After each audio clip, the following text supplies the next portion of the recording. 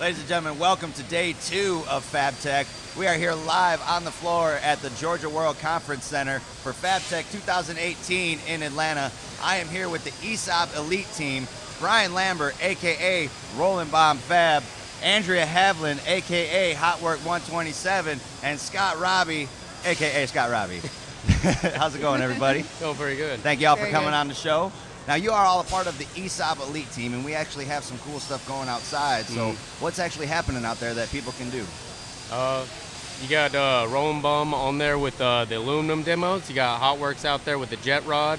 I think she's also doing some of the gouging out there. I don't know if she's gotten on that yet. Yeah, they won't let me touch that. Oh, Yeah. Too much fun? Yeah, a little bit dangerous? Too much fun for me. Yeah. And I come out there and run some pipe demos. Right on, right on. Now, are there certain challenges that people can do, or is it just like straight up demos? Pretty much we are teaching them. Oh, okay, You know, very as cool. they're welding, we're teaching them. I don't know if we're actually having a competition, but we're seeing everyone learn out there. Right on, very cool. And everybody's obviously very excited as they're out there. I mean, what's the response like?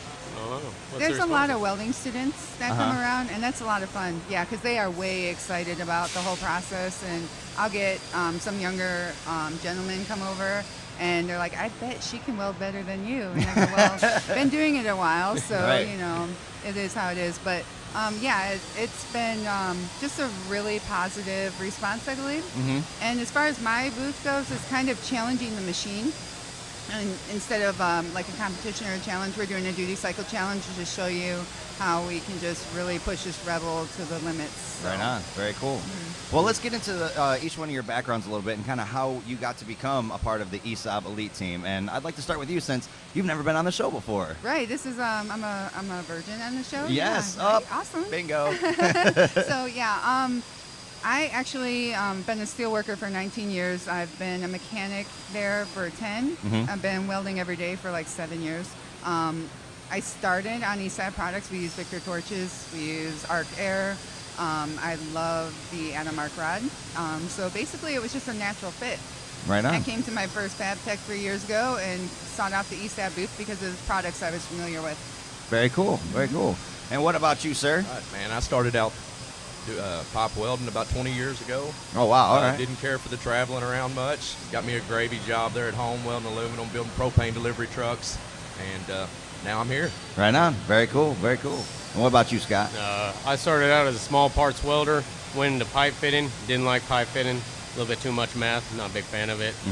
Went into structural welding again, and then went from there. I said, no, I'm going to be a pipe welder.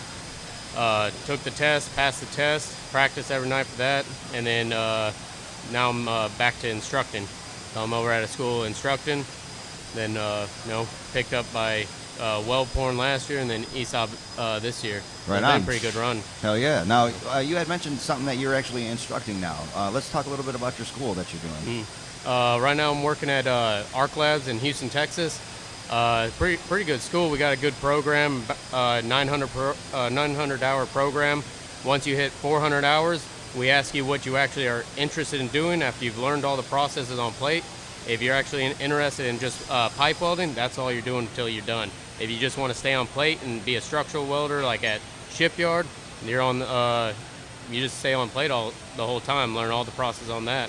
Okay. So it's a good program. I'm happy That's where kind I'm of a at. cool way to do it, too. Very, very specified. Yeah, and then we're getting a bunch of real-life simulators coming in. So, Ooh, those are nice. yeah.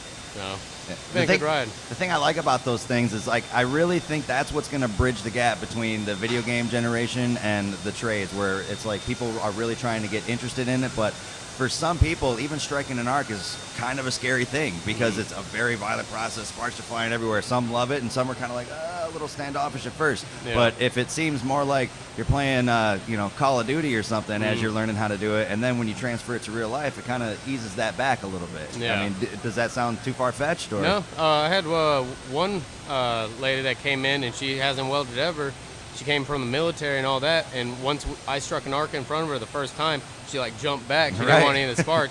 So for the whole first week, I was trying to show her how she can be prepared, use the proper PPE, and those sparks aren't going to hurt her as long as she's doing something and she's doing it properly. If you're not educated in this, you're never going to be safe the whole time. If you don't get the proper education, you go to a shop that kind of far-fetches everything, goes a different direction, you're never going to learn it. You're never going to learn anything. Right.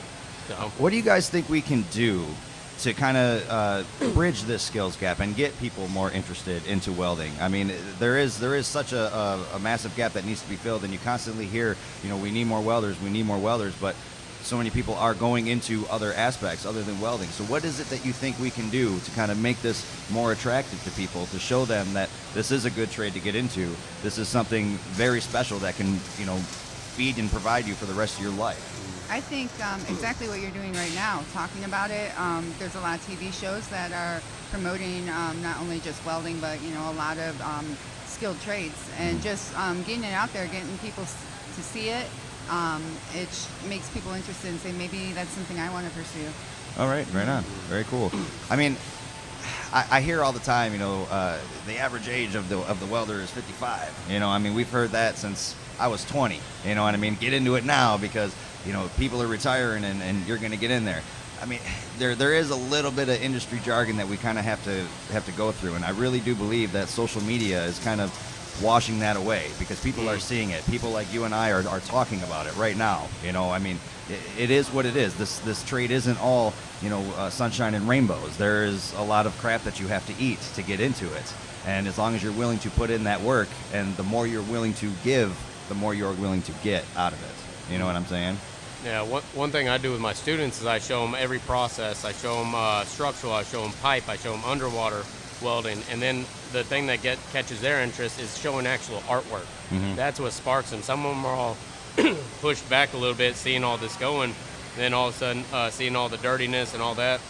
And then when you show them the art side, that's when you see their eyes light up and they see, oh wow, we can actually go a completely different route. Right. And in some schools and even on some older generations that have been in this trade, art is just a waste of time. Mm-hmm. They think it's just a waste of time, but there's people that are selling their art for $20,000, $50,000. Yeah, it's amazing, really. I mean, Yeah. and you're right. I think that's a good direction to go because a lot of people really kind of get burned out being under the hood all day, making widgets and prototype widgets for everybody else. But you can go out and do more and become your own person. You don't have to be, and there's nothing wrong with just going to work, putting in a good hard day's work and going home. If that's what you want to do, the more power to you. But for the people that are really looking for more, it is out there. It's as much as you want to give. I mean, and Scott, you kind of are really leading the way in certain ways in that with the artwork that you're doing, being able to show that and being an instructor. I mean, the roses that you're making are phenomenal, along with the wine racks and everything else. I mean, what kind of sparked you from putting in the everyday grind to breaking out of the grind and becoming kind of your own brand? What sparks that? Yeah. Just being bored. You being biggest bored? thing about me is I can't be bored. I always have to be doing something because I think it's a saying, something that stays in place never moves, or like, I can't remember that saying, but pretty something like that. Once you stop, you never get that motivation to get up again. Right. And that's the biggest thing with me. If I continually move and I continually keep going, that's what drives me. Right. But once I stop and I'm, just chilling on the couch, I just don't want to do anything else. Yep. I know Roland Baum, he's been doing artwork too, and it's been phenomenal. What kind of stuff do you do, man? I just do the little stainless weld art things, and usually by the time I get off work, man, I am burnt out. You're right. I've been standing up for 10 hours. I don't feel like going home and welding. But on the weekends, it gives me something to do. Yep. And even on my lunch breaks, I'm already there. So I might as well do something. Right on, and man. if I can make a little extra side cash off of it, that's fine. I mean, people expect, well, there's no way I can afford that, but it's actually pretty affordable. I'm not trying to make a killing off of it. I just enjoy doing it. Yep. I do it for nothing for certain people. It's just fun for me.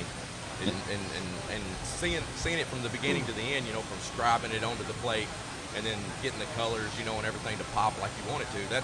I don't know, that inspires me to be better myself. Right. Plus, I'm a 99% aluminum welder at work. Me too, man. So if I get to sit down and play with stainless and get all the pretty colors that I don't get to see all day long, that's fun for me. Yeah. It's just different. It's something different. I get that, man. All I see is platinum and more platinum Right. constantly. It's just constant. But I mean, what you brought up is a good point too, because it's like you're right. You are burnt out at the end of the day, especially if you're putting in 12 hours a day. But utilizing that time after, if you have the passion for it, you know, really there's no one to blame but yourself if you're not gaining farther. You know, we have 24 usable hours in a day. Like, I understand you still got to get sleep and you still have to be productive at work, but taking advantage of your weekends, taking advantage of your lunchtime, all that is absolute key. Otherwise, it's just wasted time. I mean, some people get 45-minute lunch. You're just sitting there waiting to go back to work. All that is wasted time that you could be doing something. 45 minutes. Absolutely, You know. absolutely. Andrea, do you have anything you want to chime in on that, or? Yeah, I mean, the time thing is a big thing for me. I have a lot of creative ideas that I would love to express, but just as a single mom, it's just... Oh, I get it, yeah, yes. I'm putting in a lot of hours at work, and it's just really been draining me. Mm-hmm. But yeah, I could totally see how... after you develop your skills and you get good at welding, you it's just natural to want to apply it in a different way. Mm-hmm. And you get all these ideas of things you can create, things you can make. And my biggest frustration is I can't do it, that the ideas are there and I can't make it happen. Right. I get that way too, where it's like I see it and I know how I want it to look, but getting there, Right. that's like, and thank God for YouTube.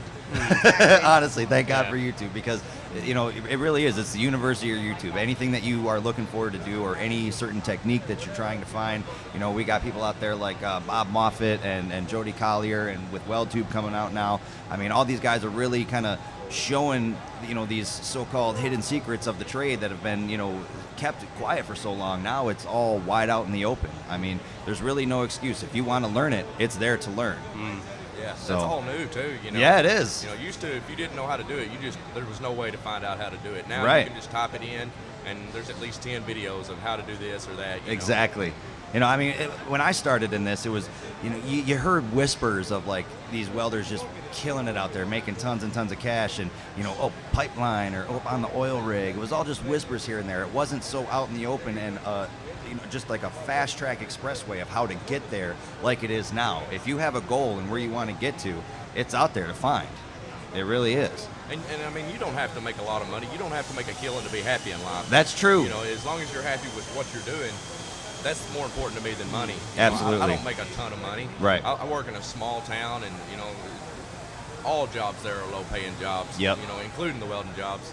But I'm happy there. Yep. You know, and that's way more important to me than being loaded rich. You know, Any day of the week. that's a great point too, man, honestly, because there is that gap where you see people are like, okay, well, I thought I was going to make, you know, all this money when I got out of school. It's like, well, you can, but look at what you actually have to give up to do that. And You then- have to travel. I You have mean, to be gone. No family. You No become any of friends that. with people on Facebook, you know, and they're constantly complaining. Yep. I don't get to see my kids this week, you Yep. know, or I haven't seen my kids in 6 months. Yep. that Well, was what your makes you choice. happy? Is it the big money that you're making out on the pipeline or out, you know, doing construction, or do you want to see your kids? You know, Exactly. You kind of have to pick and choose. Exactly. You know, Yep, you can't have your cake and eat it Right, too, that's unfortunately. Well, and also, whenever they get out of school, they have, you know, bare minimum skills. They've learned it for, 9 months, 10 months? You know, can't expect to be making $30, $40 an hour just coming out of school. It has Exactly. happened. I've sent people out that are making that. There's one student that was making $20K a month Wow. right out of school. Wow. But that's, you know, that's like that 10% Exactly. that found that, you know, just lucky thing, Yep. that lucky job. It You really have to is. have It's that thick top skin. 10% or the top Thick income skin. makers. Straight out of school, you got thin skin.